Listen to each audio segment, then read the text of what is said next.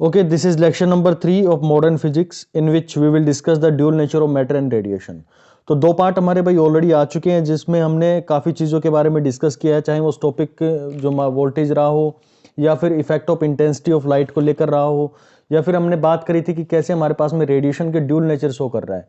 तो उन्हीं चीज़ों को मैं आगे बढ़ाते हुए चलता हूँ। तो पिछले जो हमारा लेक्चर था 2 थे, उसके अंदर में भाई हमने कुछ प्रीवियस क्वेश्चंस थे उनको भी वहाँ पर मैंने आप लोगों को दिखाया था। तो आप कह सकते हैं कि जो मॉडर्न फिजिक्स है अच्छा खासा वेटेज रखती है आपके एटीसी एग्जाम के लिए। तो ये वीडियो जब देखने आ रहे हैं तो इससे पहले भाई 2 वीडियो जो पहले आ चुके हैं उनको जरूर देख के आना, वरना इस लेक्चर के अंदर में कुछ भी आप लोगों को समझ नहीं आने वाला है। ठीक है, चलिए मैं बात करता हूं लेक्चर को लेकर। तो जो पिछली क्लास थी उसके अंदर में आपने एक बहुत अच्छी स्टॉपिंग वोल्टेज को लेकर, ठीक है, स्टॉपिंग वोल्टेज कैसे वेरी करता है, तो आपने बहुत अच्छे से बताया था कि स्टॉपिंग वोल्टेज केवल और केवल किसका डिपेंडेंसी है, केवल ये फ्रीक्वेंसी पे डिपेंड करता है। इंटेंसिटी पे कहीं पर भी हमारे पास में कोई डिपेंडेंसी नहीं है। ठीक है, दूसरा आप लोगों ने थ्रेशोल्ड फ्रीक्वेंसी के बारे में बात करी थी, और थ्रेशोल्ड फ्रीक्वेंसी से जब बात करते थे तो वहां पे हमने एक फंक्शन, एक वैल्यू जो उसका फॉर्मूला था वो ड्राइव करके निकाला था, और वहां पे हमने बात करी थी कि जो काइनेटिक एनर्जी मैक्सिमम होती है, जो काइनेटिक एनर्जी मैक्सिमम होती है किसकी, जो हमारे पास में पार्टिकल होते हैं, जो उनकी इलेक्ट्रॉन होता है जिसके पास में मैक्सिमम एनर्जी होगी, that is given by H C into 1 by lambda minus 1 by lambda naught. तो ये आप लोगों ने बात करी थी कि हमारे पास में क्या है, लैम्बडा नोट क्या है, थ्रेशोल्ड वेवलेंथ होती है भाई। ये हमारे पास में आइंस्टीन जो फॉर्मूला होता है फोटो इलेक्ट्रॉन का वो आपने डिफाइन किया था। फिर मैंने आप लोगों को एक फोटो इलेक्ट्रिक इक्वेशन के बारे में बात करी थी जो कि बहुत इंपॉर्टेंट है, यानी कि आप काइनेटिक की जो एनर्जी है उसको कैसे और लिख सकते हैं, यानी कि इलेक्ट्रॉन की जो काइनेटिक एनर्जी मैक्सिमम है उसको आप लिख सकते हैं हाफ एम बी स्क्वायर, और ये यही हमारे पास में एनर्जी किसके इक्वल होती है, जो हमारे पास में स्टॉपिंग पोटेंशियल होता है इनटू में जो चार्ज होता है, ये भी तो एक एनर्जी जनरेट कर रहा है भाई। ठीक है, या फिर आप ये बोलते थे कि भाई जो हमारे पास में H F minus F note, यानी कि जो आपके पास में एनर्जी बनी इस तरह सोल्ड फ्रीक्वेंसी, जैसे आप लोगों ने कहा था कि मेरे पास में जो एनर्जी आ रही है वेव की लेके एच एफ और माइनस वेव फंक्शन, ये अगर इनमें से हम माइनस कर दें तो हमारे पास में क्या बचेगी, वो एनर्जी बचेगी जो उसकी काइनेटिक एनर्जी में कन्वर्ट हो जाती है। और इसी फॉर्मूले को हमने दूसरा एक रूप दिया था एच सी इंटू में 1 by lambda minus 1 by lambda note. ये आप लोगों ने पिछली क्लास के अंदर में भाई देखा था, जहां पर हमने डिफाइन किया था फोटो इलेक्ट्रिक इक्वेशन के नाम से। ठीक है, चलिए इसी के ऊपर में हम कुछ जो हमारे पास में फॉर्मूलाज हैं उसी को आज थोड़ा सा आगे बढ़ाते हुए एक न्यूमेरिकल करके देख लेते हैं इसी इक्वेशन के ऊपर में। यहाँ पर एक क्वेश्चन दिया गया है जो आपकी एनसीईआरटी से उठाया हुआ क्वेश्चन है ये, monochromatic light of frequency 6 into 10⁻14 hertz is produced by laser. कोई लेजर है वो इतनी फ्रीक्वेंसी की एक लाइट हमारे पास में जनरेट कर रहा है, यानी कि एफ आपको वहां से मिल गया। द पावर एमिटेड इज, जो पावर है उसकी वो यहां पर दे रहा है कि इतनी पावर उसने एमिट करी है, 2 इंटू 10⁻³ वहां से पावर एमिट हो रही है। तो पहला क्वेश्चन इसने पूछा है what is the energy of photon in the light beam. ठीक है, यानी कि ये जो यहां से जो लाइट गई है, ये जो लेजर है यहां से लाइट डाल रही है, इसकी फ्रीक्वेंसी एफ है, तो ये कितनी एनर्जी यहां से एमिट कर रही होगी, किसी सरफेस पर जाकर गिरेगी। तो आप सबको पता है कि जब ये किसी सरफेस पर जाके गिरेगी तो आपको पता है कि कोई वेव की फॉर्म में चल रही है, तो उसकी जो एनर्जी दी जाती है that is given by E, Planck's ने दी थी एच इंटू में फ्रीक्वेंसी, उसके फ्रीक्वेंसी के मल्टीप्लिकेशन के बराबर होती है। You can directly put the values, आप लोग यहाँ पे इसकी डायरेक्ट जो वैल्यूज है वो पुट करेंगे, एच की वैल्यू पुट करेंगे, और वी यानी कि म्यू है ये फ्रीक्वेंसी को रिप्रेजेंट करते हैं। मैंने कहा था ना कंफ्यूजन से बचाने के लिए मैं इसको आपको एफ रिप्रेजेंट करूंगा आगे से। तो यहाँ पे वैल्यूज रखेंगे and it's answer will be 3 into 98 into 10⁻⁻19 joule. तो आपको एनर्जी मिल गई भाई उस फोटोन की, यानी कि जो यहाँ से फोटोन रिलीज हुआ था। दूसरे क्वेश्चन में क्या पूछा है, how many photons per second on an average are emitted by the source, कितने वहां से नंबर ऑफ फोटोन्स एमिट होंगे। तो देखो भाई बड़ा खूबसूरत यहाँ पे क्वेश्चन पूछा गया है। आप सबको पता है कि नंबर ऑफ फोटोन्स यहाँ से रिलीज होंगे, जो इसके पास से फोटोन रिलीज होंगे हमारे पास में। फोटोन को पढ़ाने से पहले ना मैं पहले दोबारा से फोटोन की कहानी पर चलता हूँ। ठीक है, आप लोगों एनर्जी निकाल ली, अब मैं उसकी फोटोन की कहानी पर चलता हूँ कि वो फोटोन की एनर्जी आ कहां से रही है, फोटोन आ कहां से रही मेरे पास में। तो ये कंसेप्ट ऑफ फोटोन आया क्यों भाई हमारे पास में, जो फोटोन के हम न्यूमेरिकल लगा रहे थे तो उस पर हम पहुंचेंगे उसके बाद में, लेकिन आप लोगों को ये पता होना चाहिए कि फोटोन आया कहां से भाई। देखो जो हम बात कर रहे थे, जो हमारा कंसेप्ट ऑफ फोटोन आया है, पहले हम बात करते थे कि हमारे पास में जो लाइट है वो एक रेडिएशन का रूप है, ठीक है, रेडिएशन का रूप है, यानी कि आपने कहा कि ये वेव थ्योरी के अकॉर्डिंग चल रही होती है। लेकिन जैसे हमने पिछली क्लास के अंदर में देखा था कि वेव थ्योरी यहाँ पर क्या हो रही है, फेल हो रही है इसको एक्सप्लेन करने के लिए। जो इसके फिनोमेना थे लाइक फोटो इलेक्ट्रिक जो हमारे इफेक्ट थे उनको ये एक्सप्लेन नहीं कर पा रही थी। तो एक नई कहानी यहाँ पर घड़ी गई, यहाँ पर एक नई कहानी यहाँ पर लेके आई गई, और जो कहा गया कि भाई वहां पर क्या होता है, एक फोटोन होता है, ठीक है, फोटोन की कहानी लेके आई गई, यानी कि कंसेप्ट ऑफ फोटोन आया। और फोटोन होता क्या है, फोटोन होता है कि ये इन्होंने कहा, जो साइंटिस्ट थे आइंस्टीन और उनके जो कलीग थे, उन्होंने कहा कि light consist of small packets of energy, यानी कि जो हमारे पास में लाइट होती है वो छोटे छोटे पैकेट्स के रूप में आती है। जो हमारे पास में लाइट आ रही है किसी भी सोर्स से आ रही है, मान लो लेजर की अभी जो बात कर रहे थे पिछले क्वेश्चन के अंदर में, तो उसी को मैं यहां से उठा रहा हूं, ये लेजर मेरे पास में आ रही है, तो ये एनर्जी को रिलीज कर रही है। तो जो एनर्जी यहां पर आ रही है ना, छोटे छोटे पैकेट्स के रूप में यहां पर चल रही है, यहां पे छोटे छोटे पैकेट्स के रूप में चल रही है, जो कि ये सोर्स क्या कर रहा है, थ्रो कर रहा है। और इन्हीं पैकेट्स को आपने क्या नाम दिया, फोटोन के नाम से आप लोगों ने जाना, ठीक है। फोटो का मतलब होता है लाइट, और ऑन का मतलब होता है जो छोटे छोटे पार्टिकल्स होते हैं उनके लिए हम यूज करते हैं। जैसे आप इलेक्ट्रॉन की बात करो तो इलेक्ट्रॉन के लास्ट में भी हमारे पास में क्या है, ओन है, यानी कि छोटा पार्टिकल है। फिर मैं बात करूं प्रोटॉन, प्रोटॉन के लेके बात करें तो वहां पर भी क्या है, उसके पीछे ओन लगा हुआ है, तो वहां पर भी इनके छोटे छोटे पार्टिकल्स होते हैं। आप ये चीज तो समझ गए यहां पर कि फोटोन भी छोटे छोटे हमारे पास में क्या पैकेट्स हैं, जो कि क्या लेकर चल रहे हैं, हमारे साथ में एक एनर्जी लेके चल रहे हैं। कौन थ्रो कर रहा है उनको, ये सोर्स उनको थ्रो कर रहा है भाई, ठीक है। कुछ जो चीजें हम वेव थ्योरी के थ्रू नहीं एक्सप्लेन कर पा रहे थे, हमने यहां से उनको एक्सप्लेन करने की सोची भाई, ठीक है। तो यहां से आप देखो कि मान लो मेरे पास में एक पार्टिकल था, इस पॉइंट को बहुत अच्छे से समझना आप लोगों को। यहां से मेरे पास में ये लाइट चली भाई, ये लाइट चली है किस फॉर्म में, एनर्जी और पैकेट्स के रूप में चल रही है। तो यहां पर आपको दिखेगा इसका वेव नेचर, यहां पर इसका दिखेगा वेव नेचर। और जैसे ये सरफेस पर टकराएगी, जैसे ही सरफेस पर टकराएगी, ये अपना रूप बदल लेगी, और हम कहेंगे यहां पर इसका क्या नेचर हो गया, यहां पर इसका हो गया फोटोन, यानी कि ये जो यहां पर टकरा रहे हैं ये फोटोन की फॉर्म में चल, इसके ऊपर में टकरा रहे हैं, यानी कि इनका एक पार्टिकल नेचर हो गया, जिसको हम जानते हैं फोटोन के नाम से, ठीक है। तो ये हमारे पास में पार्टिकल नेचर ऑफ लाइट की बात करेंगे, तो यहां से हम देखेंगे कि कैसे इसके ड्यूल नेचर की लेकर हम कहानी आगे बढ़ते हैं भाई, ठीक है। तो ये जो मेरे पास में फोटोन आ रहा है, इसके पास में एक एनर्जी रही होगी भाई, जब ये यहां पर हिट करेगा, मान लो इसको हिट करना है इस सरफेस को, तो हिट करके इसको क्या निकालना है, यहां से इलेक्ट्रॉन को रिलीज करवाना है। अगर ये इलेक्ट्रॉन को रिलीज करवाएगा तो इसके पास में जो फोटोन यहां पे आ रहा है, जो फोटोन इस वेव जो पहले थी, जो वेव की फॉर्म में आ रही थी, और जैसे सरफेस पे टकराया, यानी कि जो चलाने के लिए जो फैक्टर उसके पास में रेस्पॉन्सिबल होता है वो वेव होता है। जब किसी सरफेस से टकराकर वहां से कुछ निकालने के लिए रेस्पॉन्सिबल होता है, यानी किसी सरफेस पर टकराता है, तो वहां पर जो फैक्टर रेस्पॉन्सिबल होता है वो वहां पर फोटोन होता है, यानी उसका एक पार्टिकल नेचर वहां पर आ जाता है। अब ये पार्टिकल यहां पर टकरा रहा है भाई, ये सरफेस पर आकर मेरे पास में फोटोन टकराया। अगर ये फोटोन टकरा रहा है तो इसके पास में कुछ ना कुछ एनर्जी होनी चाहिए, एनर्जी है तभी तो यहां से रिलीज करेगा वो। और एनर्जी है तो हम कह सकते हैं कि according to Planck's it is given as E H F, यानी कि जिस फ्रिक्वेंसी से हमारे पास में इंसिडेंट हो रहा है इनटू में जो उसका प्लैंक्स कांस्टेंट है उसको मल्टीप्लाई कर दोगे तो आपको इस फोटोन की एनर्जी मिल जाएगी भाई। अब चलो एनर्जी तो हमने बात कर ली, ठीक है, एनर्जी से अगर काम चल गया तो ठीक है, लेकिन हमें भाई इसका ये भी तो पता होना चाहिए कि इसका मोमेंटम कितना होगा। अगर ये एनर्जी लेके चल रहा है तो इसके पास में कोई ना कोई मोमेंटम भी होना चाहिए। तो मोमेंटम आप सबने देखा होगा कि मोमेंटम को हम कैसे रिप्रेजेंट करते हैं। अगर हमारे पास में कोई मास गिवन हो, मान लो कोई पार्टिकल है जिसका मास हमें m गिवन है और हैविंग वेलोसिटी v, उसके पास में वेलोसिटी v है, तो हम उसके मोमेंटम यानी कि p को रिप्रेजेंट करते हैं m इंटू वी से, ठीक है। क्या यहां पर पार्टिकल आपको दिख रहा है, नहीं दिख रहा। क्या आप उसका मास मेजर कर सकते हैं, नहीं कर सकते, ठीक है। तो भाई कैसे इसको कैलकुलेट करेंगे, ठीक है। तो इसको कैलकुलेट करने के लिए ये हमारे पास में क्वांटम थ्योरी आ जाती है। क्वांटम जब फिजिक्स की बात करते हैं तो किसी भी ऑब्जेक्ट का, जब भी हम किसी भी ऑब्जेक्ट का हम मोमेंटम फाइंड आउट करते हैं तो उसका डायरेक्ट फॉर्मूला होता है, याद रख लेना भाई, इसको मोमेंटम को मेजर करने का तरीका होता है, that is energy divided by its velocity. कैसे करेंगे उसका, जब भी आप लोगों को किसी का मोमेंटम फाइंड आउट करने के लिए दे दिया जाए, किसमें, क्वांटम फिजिक्स के अंदर में, हम ये एक तरह का क्वांटम फिजिक्स के मटेरियल्स की बात कर रहे हैं, जो फोटोन हमारा आएगा वो क्वांटम फिजिक्स के अंदर में हमें कंसीडर करना होता है। तो ये जो फोटोन है इसकी हमें कैसे मोमेंटम निकालेंगे, it is given by energy divided by velocity. अब जो फोटोन यहां पर टकरा था इसकी आपको एनर्जी तो पता है, कैसे पता है, क्योंकि आप लोगों ने अभी दिया था मेरे को फॉर्मूला कि आप उसके प्लैंक्स कांस्टेंट और फ्रीक्वेंसी से मल्टीप्लाई कर देते हो, तो ये पता लग गया आपको एनर्जी का, यानी कि आपको एनर्जी पता लगी एच और एफ पता लग गया, म्यू भी आप बोल सकते हैं उसको, ठीक है। और डिवाइडेड बाय वेलोसिटी, तो वेलोसिटी कितनी होती है उसकी, जब भाई लाइट की बात करते हैं, स्पीड ऑफ लाइट से मूव कर रहा है तो इसकी जाहिर सी बात है इसकी स्पीड ऑफ लाइट रहेगी। ठीक है। या फिर आप इसको ये भी लिख सकते हैं, जो हमारे पास में F/c होता है, C/F होता है, उसको कैसे लिखते हैं, लैम्बडा से लिखते हैं, तो H/λ से भी आप इसको रिप्रेजेंट कर सकते हैं। तो किसी भी हमारे पास में फोटोन का जो मोमेंटम होगा, it is given by P that is equal to H/λ। Very very important formula, ठीक है। यानी कि मोमेंटम होगा जो उसका Planck's constant divided by wavelength, किस वेवलेंथ की हमारे पास में लाइट हम कंसिडर कर रहे हैं, ठीक है। तो ये आप लोगों को इसका मोमेंटम के बारे में जानकारी लग गई।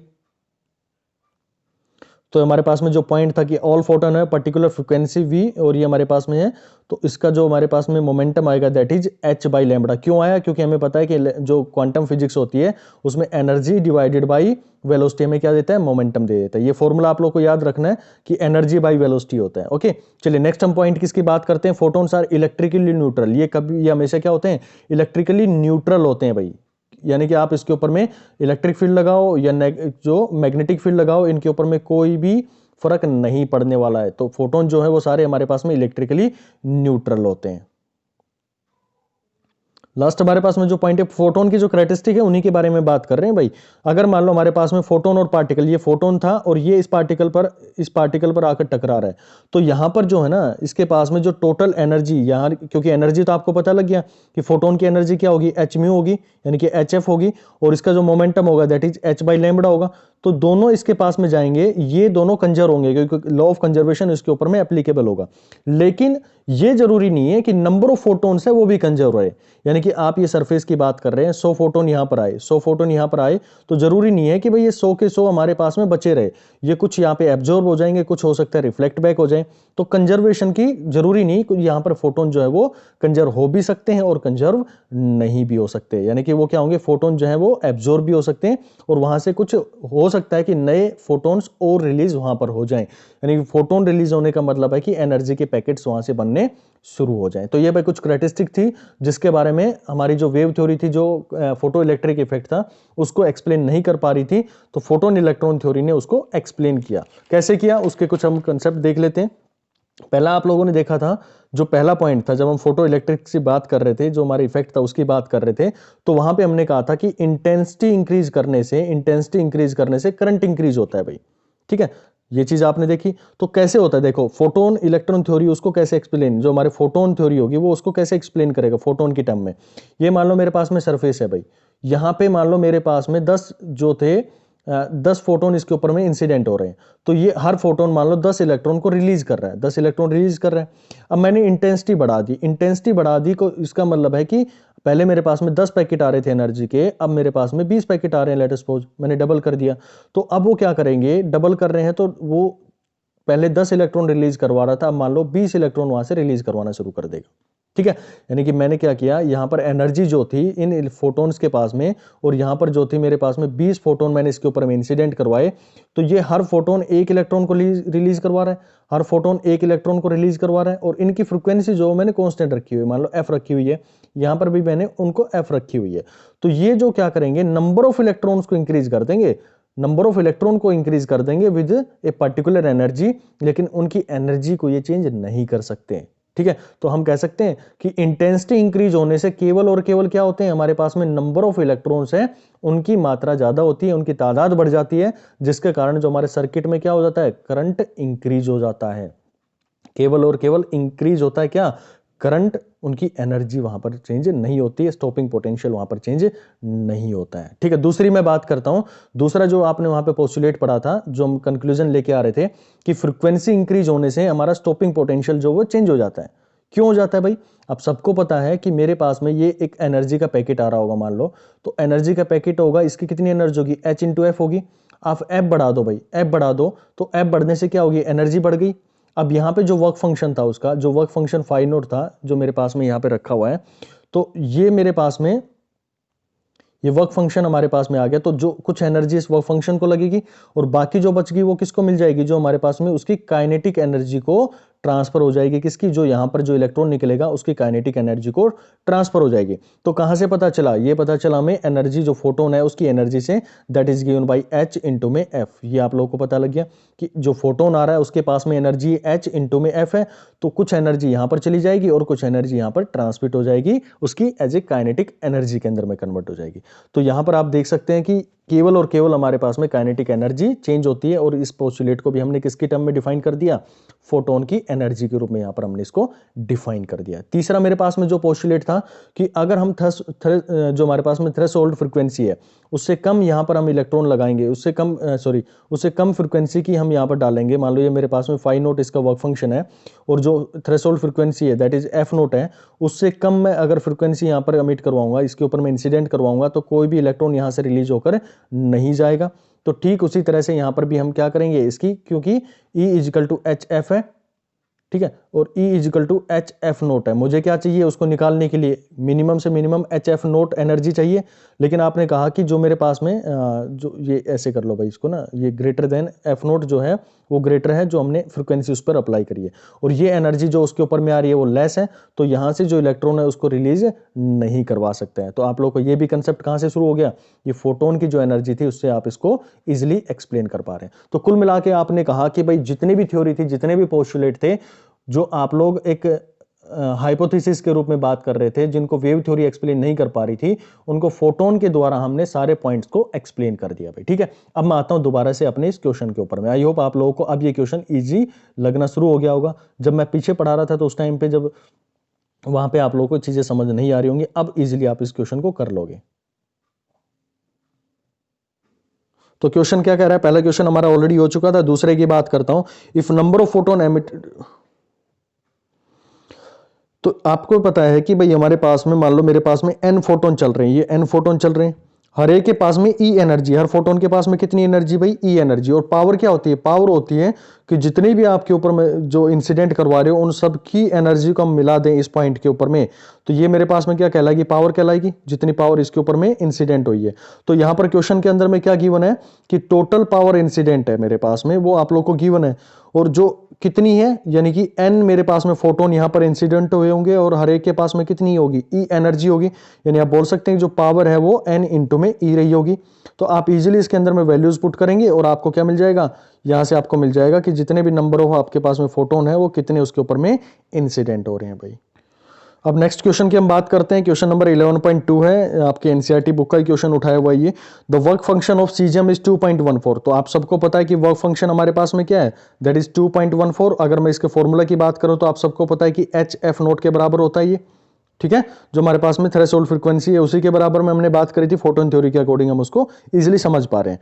फिर कहा है कि the threshold frequency for caesium, आपको थ्रेशोल्ड फ्रीक्वेंसी निकालनी है, तो कोई बड़ी चीज थोड़ी ना इसके अंदर में, आप इजीली निकाल लोगे, because you know the work function is given as H F naught. And what is F naught, F naught is the threshold frequency.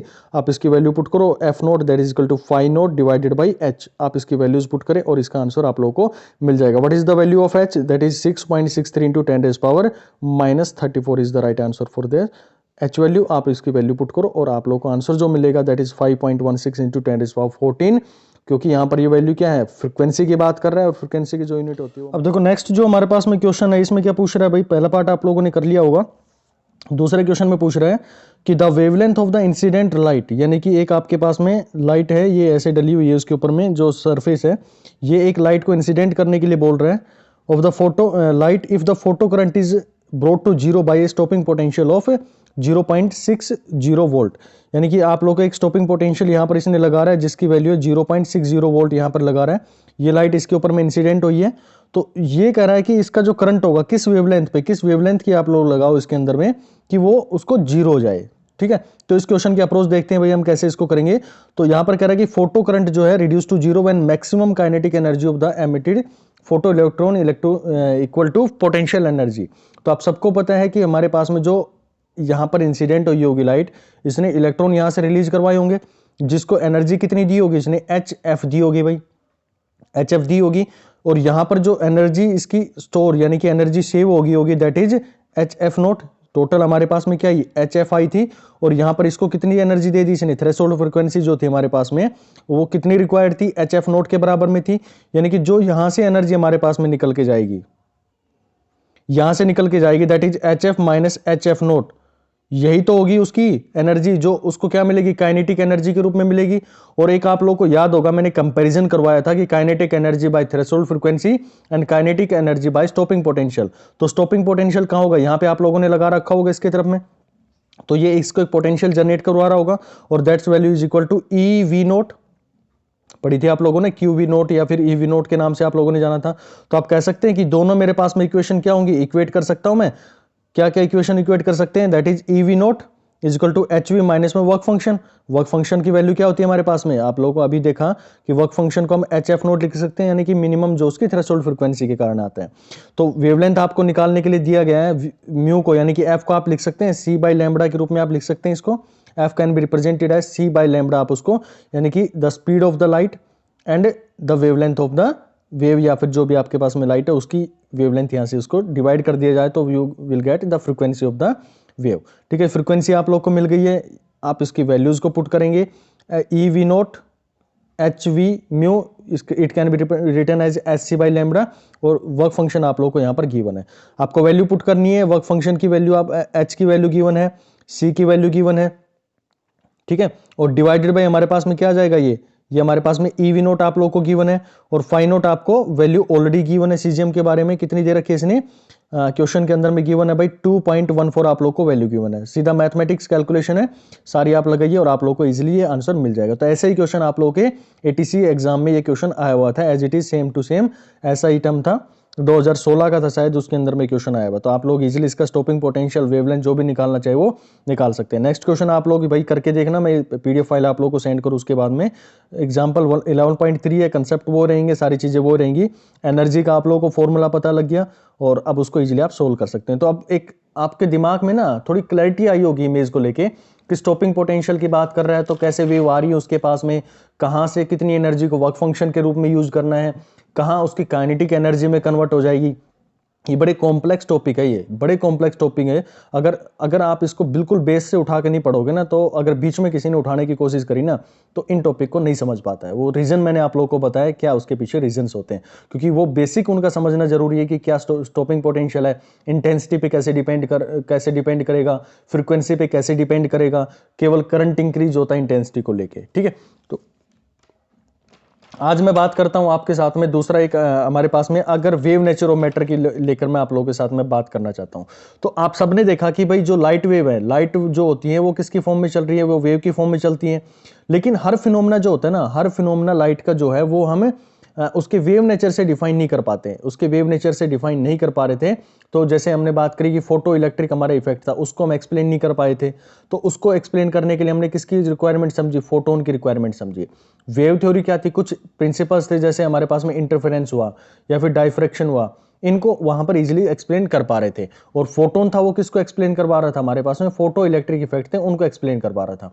तो यहां से आप लोग एक कंक्लूजन निकाल सकते हैं कि जब भी लाइट हमारे पास में ट्रेवल कर रही है, यानी कि स्पेस में ट्रेवल कर रही है, you can explain only and only phenomenas like interference, diffraction, इस तरह के फिनोमेनाज वहां से आप उसको एक्सप्लेन कर सकते हैं। लेकिन ये जब किसी सरफेस पर टकरा रही है, तो जब सरफेस पे टकराएगी तो यहाँ पे एक एनर्जी के बंडल्स के रूप में हम इसको कंसीडर करेंगे, यानी कि एक पार्टिकल के रूप में कंसीडर करेंगे, and that particle is known as photon. तो आप कह सकते हैं कि ये जो लाइट है, इसके जो ये फिनोमेना है, फोटो इलेक्ट्रिक इफेक्ट है, वो किसके थ्रू एक्सप्लेन किए जाएंगे, हमारे फोटोन के थ्रू इनको एक्सप्लेन किए जाएंगे। तो ये कहानी थी भाई इस चीज को लेके। फिर हमने देखा कि डी ब्रोगली थे, उन्होंने डी ब्रोगली नहीं होता है नॉर्मली, इसको डी ब्रोगली बोल लेते हैं, लेकिन इसका जो करेक्ट प्रोनाउंसिएशन होगा उसको डी ब्रोय के नाम से जानते हैं। क्या नाम है भाई उनका, डी ब्रोय के नाम से आप इसको हमेशा आगे से पढ़ना भाई। जैसे यहां पर देखोगा आप देखना कि it is pronounced as de Broglie के नाम से आप इसको जानते हैं। तो उन्होंने सोचा कि जो हमारे पास में नेचर में जितनी भी चीजें होती है ना, वो सिमेट्री को लव करती है, यानी कि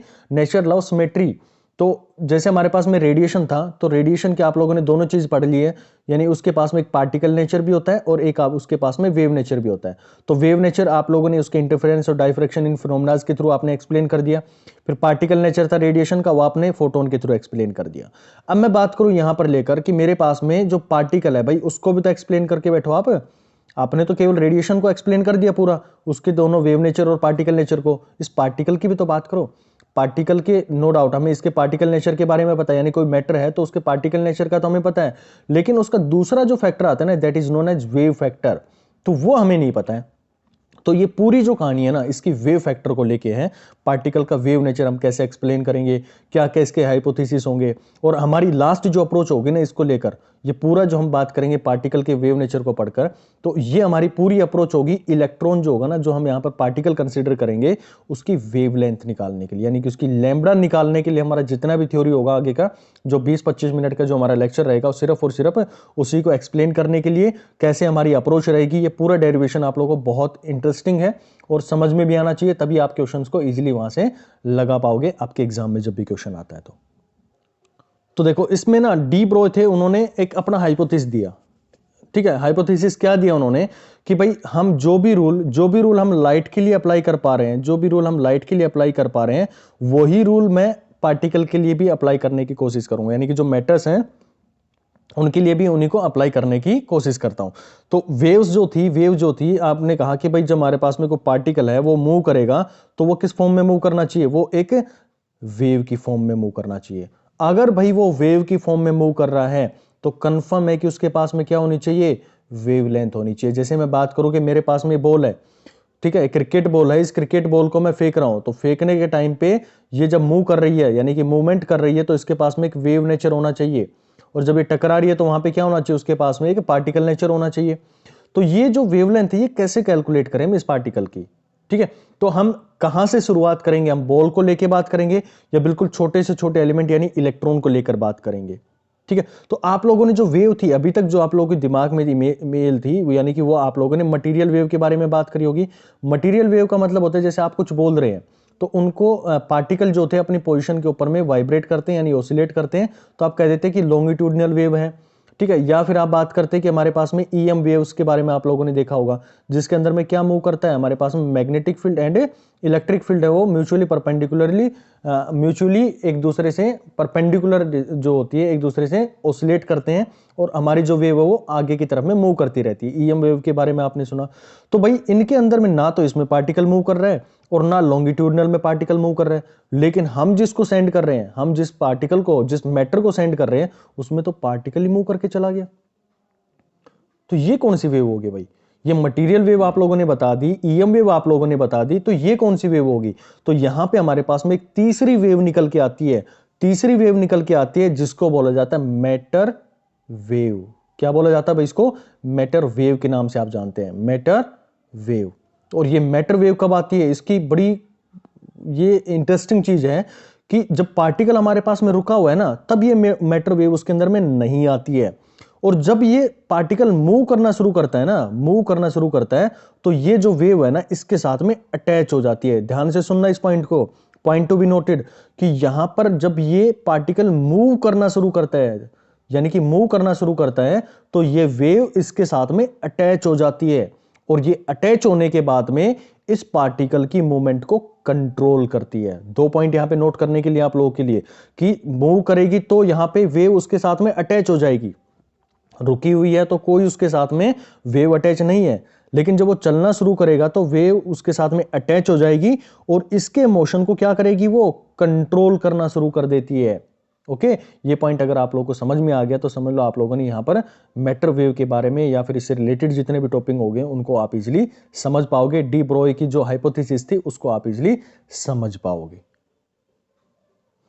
अब देखो यहां पर भाई, ये जो जब वेव हमारी यहां से मूव करना शुरू कर रही है ना, तो अकेली वेव नहीं है यहां पर। ये मान लो ये मेरे पास में इलेक्ट्रॉन की कहानी लेके चल रहा हूं, ये मेरे पास में एक इलेक्ट्रॉन है।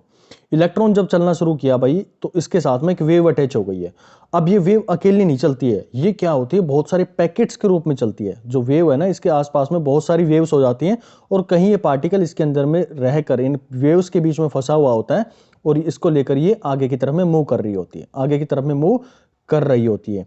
और हम यहां पर देखना चाहते हैं कि ये जो पैकेट बन के जा रहे हैं, इसके अंदर में हमारा जो इलेक्ट्रॉन है, यानी कि जो भी पार्टिकल हम फेंक रहे हैं, उसकी पार्टिकल की पोजीशन क्या है।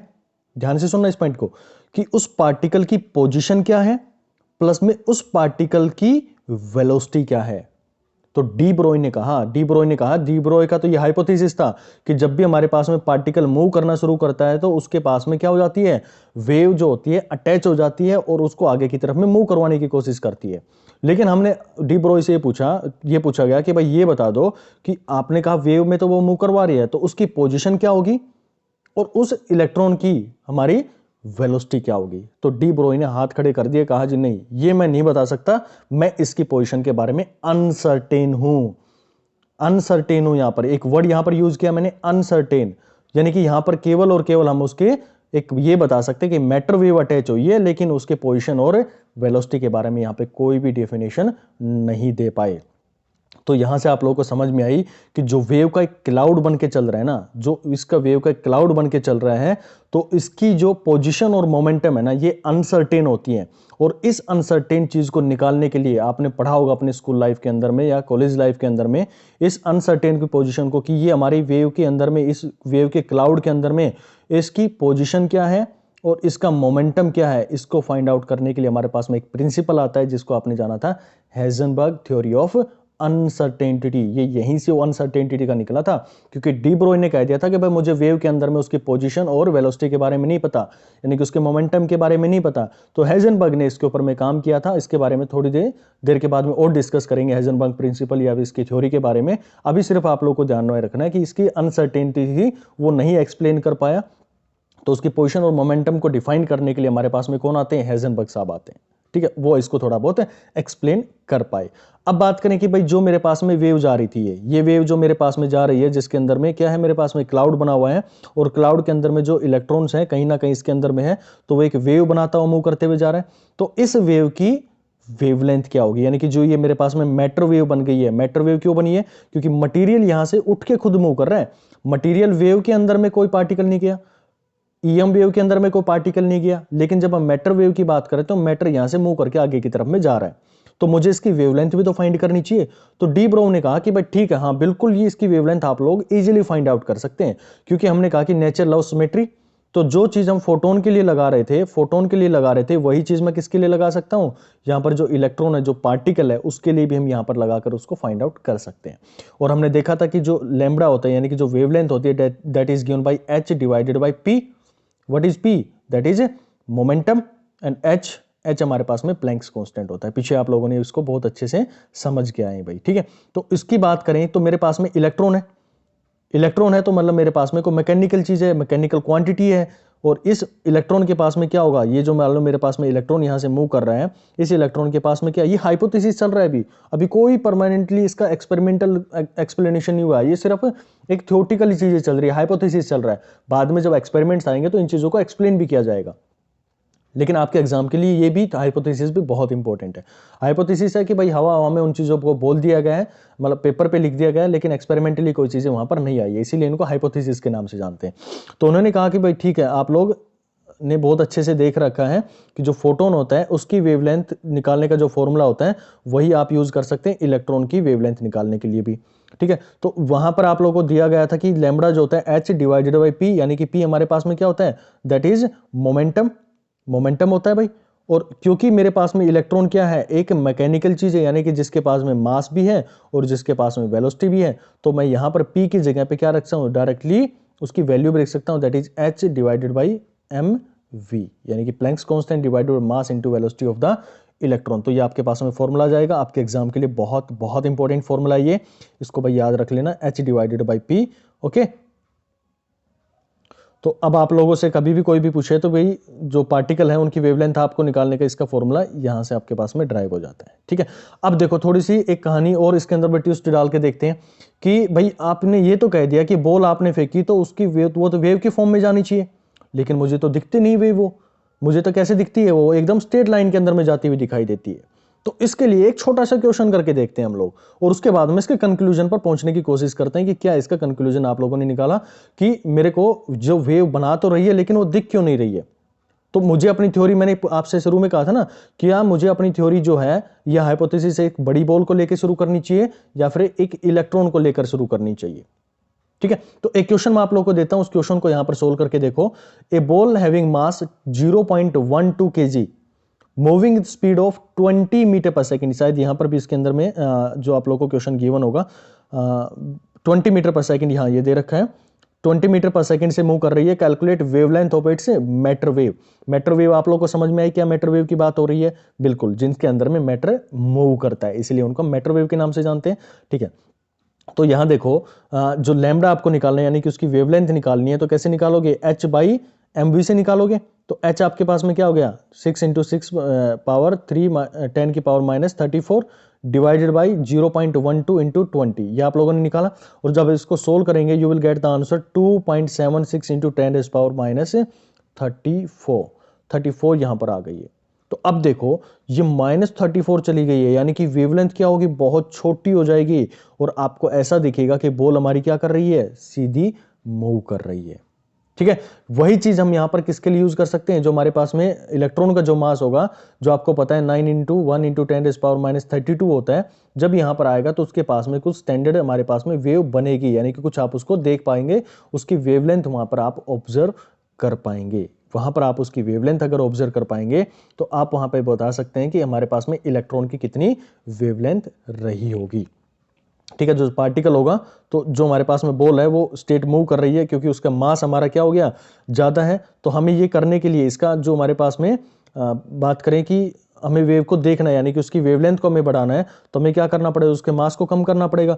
और कम करते करते करते करते कहां तक पहुंच सकते हैं, जो कोई भी एक पार्टिकल होगा उसका मिनिमम से मिनिमम यूनिट क्या होगी, जिससे बनता है यूनिट, तो इलेक्ट्रॉन होगी। अगर हम इलेक्ट्रॉन के ऊपर में सारा काम कर लेते हैं तो हम इजीली बता सकते हैं कि उसकी वेवलेंथ कितनी रही होगी। ठीक है, अब हमारे जो आएगी तो वो आएगी D Brohi wavelength of electron, हम कैसे कैलकुलेट करते हैं, तो बहुत इंपॉर्टेंट है। यहां से आप लोगों ने देखा कि कैसे उसको क्या फॉर्मूला रहा था, और अब आगे देखेंगे कि उसको कैसे हम कैलकुलेट करते हैं।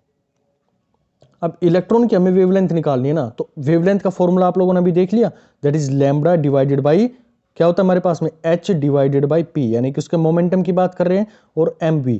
अब डायरेक्टली हम उसके मोमेंटम तो कैलकुलेट कर नहीं सकते। एक इलेक्ट्रॉन का केवल और केवल हमें क्या पता होती है, उसकी काइनेटिक एनर्जी हम फाइंड आउट कर सकते हैं। कैसे कर सकते हैं काइनेटिक एनर्जी फाइंड करने के लिए, क्योंकि हमें पता है कि उसका जो स्टॉपिंग पोटेंशियल होगा, अगर उसको हम ई वी मल्टीप्लाई कर दे, जो पोटेंशियल हम उसको दे रहे हैं, मान लो ये मेरे पास में एक जो एक्सपेरिमेंट हम कर रहे थे, तो यहां से हम लाइट उसके ऊपर में डाल रहे थे और ये इलेक्ट्रॉन यहां से रिलीज होकर इस डायरेक्शन में जा रहा था, इस डायरेक्शन मूव कर रहा है। तो यहां पर मैं कोई पोटेंशियल इसके ऊपर में लगा रहा हूं, दैट इज वी पोटेंशियल, यहां पर मैंने उसके ऊपर में लगा दिया, इस डायरेक्शन में वी पोटेंशियल यहां पर लगा दिया। तो यहां इस प्लेट के ऊपर में, इस प्लेट में कौन कितना पोटेंशियल जनरेट हो गया, that is E we potential generate हो गया। तो यहां पे आप बोल सकते हैं कि ये इलेक्ट्रॉन, अगर ये पोटेंशियल इस इलेक्ट्रॉन को रोक पा रहा है, तो आप कहेंगे कि जो काइनेटिक एनर्जी होगी that is equal to E V, जितना इसके पास में एनर्जी होगा इलेक्ट्रॉन के पास में, वही एनर्जी अगर ये प्लेट एक पोटेंशियल जनरेट करके इसको दे पा रही है, यानी कि ये इलेक्ट्रॉन को रोक पा रही है, तो आप कहेंगे जो काइनेटिक एनर्जी है वो इक्वेट हो गई है यहाँ पे इस प्लेट पे, जब हमने इसके ऊपर में वी वोल्टेज यहां पर अपने इसके ऊपर में लगा दिया है, जो कि हमने पिछले एक्सपेरिमेंट में, पिछले जो टॉपिक था उसके अंदर में इसको समझाया भाई। ठीक है, तो इसीलिए मैं कह रहा था कि पिछला जो टॉपिक जो नहीं पढ़ के आए ना, उनको यहां पर समझ में नहीं आने वाली चीजें। ओके, तो यहां पर आप लोग के पास में काइनेटिक एनर्जी ई वी के बराबर में हो गई है। तो आपको काइनेटिक एनर्जी का एक छोटा सा एक्सप्रेशन यहां पर लिखना पड़ेगा, क्योंकि मुझे तो पी की फॉर्म में चाहिए भाई, यहां सारा कुछ पी तो मेरे पास में आए नहीं, काइनेटिक एनर्जी आई है, that is equal to E V. और काइनेटिक एनर्जी को आप क्या लिख सकते हैं, that is given by half M B square, आप लोग लिख सकते हैं। यहां पे मैं आप लोग को करके दिखाऊं, जो हाँ, यहां पर आप क्या लिख सकते हैं कि is equal to half M B square होती है, और इसको आप क्या लिख सकते हैं, P square to M B लिख सकते हैं। क्यों लिख सकते हैं, देखो पी का मतलब होता है हमारे पास में momentum, that is M we.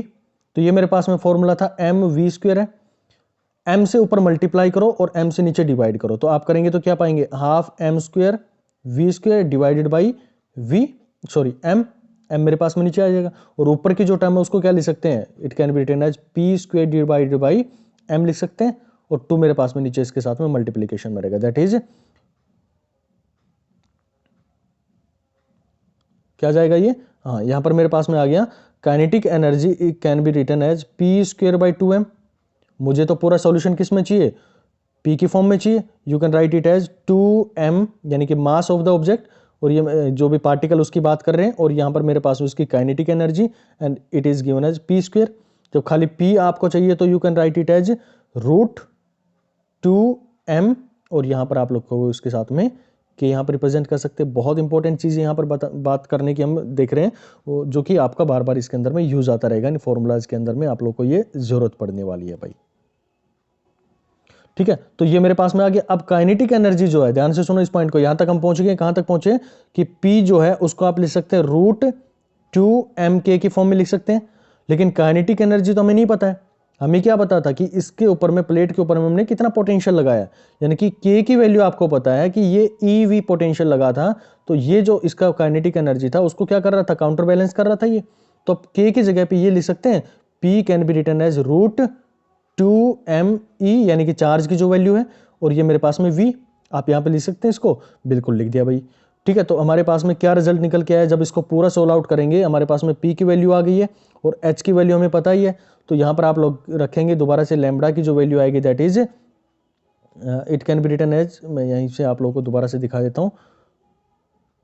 हाँ, तो हमारे पास में h बाई पी की वैल्यू रख सकते हैं, h हमारे पास में हो गया प्लैंक्स कांस्टेंट, और p की जो वैल्यू है दैट इज 2m हो गया, और k की जगह यानी कि काइनेटिक एनर्जी थी उसकी जगह पे ev हम रिटर्न कर सकते हैं। आप इन सारी वैल्यूज को रखेंगे और आपके पास में जो रिजल्ट निकल के आएगा that can be written as 1.227 divided by √v। v क्या है भाई, जो यहाँ पर पोटेंशियल आप लोग लगा रहे हैं। बहुत इंपॉर्टेंट है ये फॉर्मूला इसकी वेवलेंथ निकालने के लिए। तो क्वेश्चन कैसे पूछेगा कि मुझे वेवलेंथ बताओ, वेवलेंथ जो पार्टिकल की वो फाइंड आउट करके दिखाओ जब यहाँ पर पोटेंशियल मान लो 10 वोल्ट अप्लाई किया गया, 20 वोल्ट अप्लाई किया, डिफरेंट पोटेंशियल पे आप लोगों को इसकी वैल्यू पूछने की कोशिश करेगा। तो यहाँ से आप लोग उसके अंदर में वैल्यू रखेंगे और आपको जो लैम्बडा की वैल्यू वो इजीली वहाँ से निकाल पाओगे भाई। ठीक है, क्योंकि ये हमारे पास में v क्या है, v ध्यान रखना, v क्या है, v हमारे पास में अप्लाइड पोटेंशियल है। और कहाँ से आई है अपना हमारे पास में अप्लाइड पोटेंशियल, ये पूरा जो ऊपर फॉर्मूला है यहाँ से हम इसको ड्राइव करके लेके आए भाई।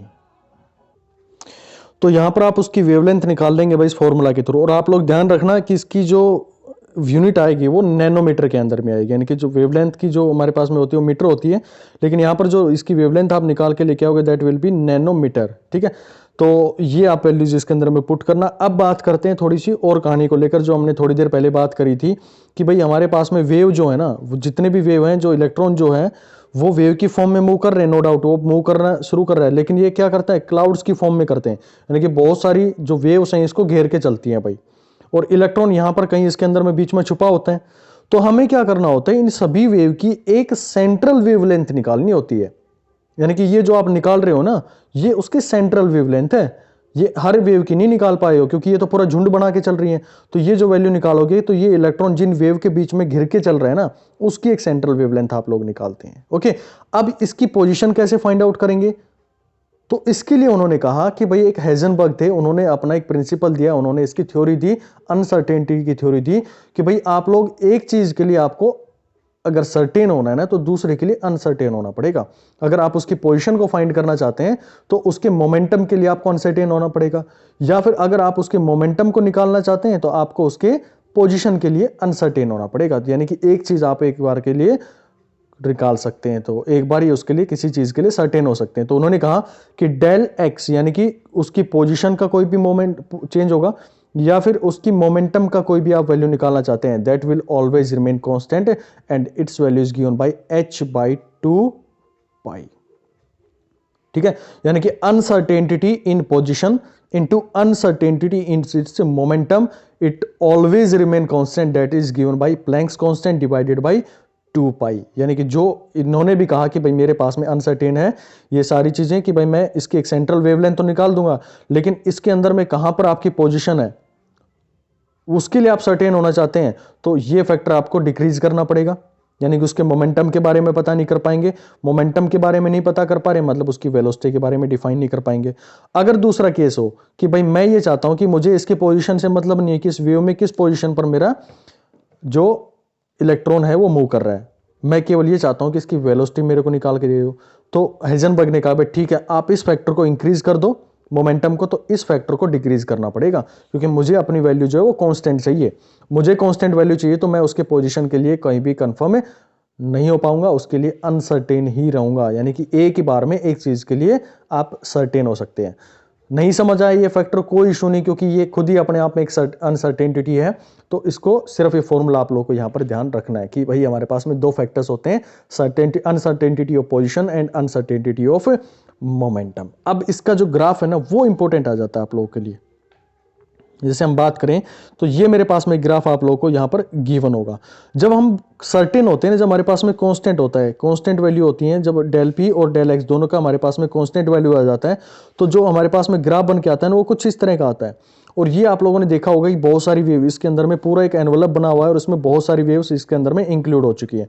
तो इस केस के अंदर में हमारे पास में एक सेंट्रल वेवलेंथ निकालते हैं, जो कि आप लोगों ने अभी पीछे फॉर्मूला उसका निकाला है, दैट इज 1.227 डिवाइडेड बाय √2 के थ्रू आप उसको निकाल पाते हैं।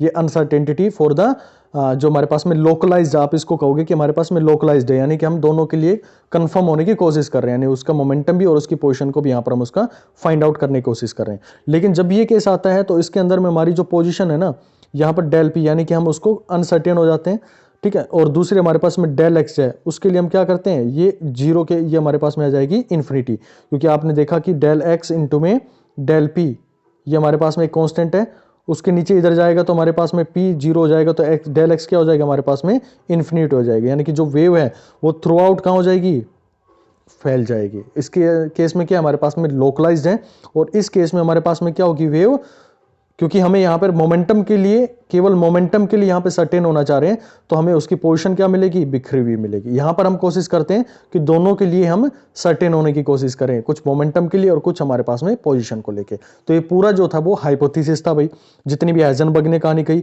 जितनी भी डी ब्रोइन ने भाई अपने इक्वेशंस को लेके बात करी, ये जो फॉर्मूलाज हैं डायरेक्टली आप इसके अंदर में पुट करोगे, आपको वैल्यूज भाई मिल जाएंगी। तो इन क्वेश्चंस को करके देखना, नहीं आएगा तो मैं इसका एक सेपरेट लेक्चर लूंगा जिसके अंदर में सारे क्वेश्चंस हम एक्सप्लेन करेंगे पर यूनिट, हर यूनिट वाइज हम उनको एक्सप्लेन करने की कोशिश करेंगे। तो अभी तक आप लोगों ने चीजें देखी वो सारी भाई एक हाइपोथेसिस था, बस बता दी गई हवा हवा में चीजें कि ये ऐसे होता है, ये ऐसे होता है, लेकिन किसी ने उसको एक्सप्लेन नहीं किया। तो इसी चीज को एक्सप्लेन करने के लिए एक हमारे पास में एक्सपेरिमेंट आया, that is Davisson and Germer experiment के नाम से आप जानते हैं। तो इसकी कहानी बड़ी इंटरेस्टिंग है, इसके अंदर में कैसे हम वेव्स को फाइंड आउट करते हैं, तो ये जल्दी जल्दी देख लो आप इस चीज़ को, ज़्यादा इसकी डिटेल में जाने की जरूरत नहीं हम लोग को। इसका मेन जो रिजल्ट होगा वो आप लोग को ध्यान रखना है। जैसे यंग स्लिट था, तो इसका वेव नेचर कैसे हम फाइंड करते हैं, वेव नेचर कैसे फाइंड आउट करते हैं किसी चीज़ का। तो यंग स्लिट का आपने एक्सपेरिमेंट पढ़ा होगा, मतलब कॉलेज में मैं पढ़ाऊंगा उस चीज़ को। तो उसमें क्या करते हैं, थोड़ा सा तो पढ़ाई होगा आप लोगों ने इसके बारे में, कि दो स्लिट होती हैं, यहाँ से वेव जाएंगी और यहाँ पर क्या करेंगी, अलग अलग पोजिशन पर मीट करेंगी। तो कहीं पर डार्क फ्रिंज बनाएंगी और कहीं पर हमारे पास में ब्राइट फ्रिंज बनानी शुरू करती है। डार्क बना, फिर हमारे पास bright, dark bright, dark bright, ऐसे फ्रिंजेस बनती हैं। तो इसके थ्रू आप बता सकते हैं कि भाई एक इंटरफेरेंस का यहाँ पर फैक्टर चल रहा है।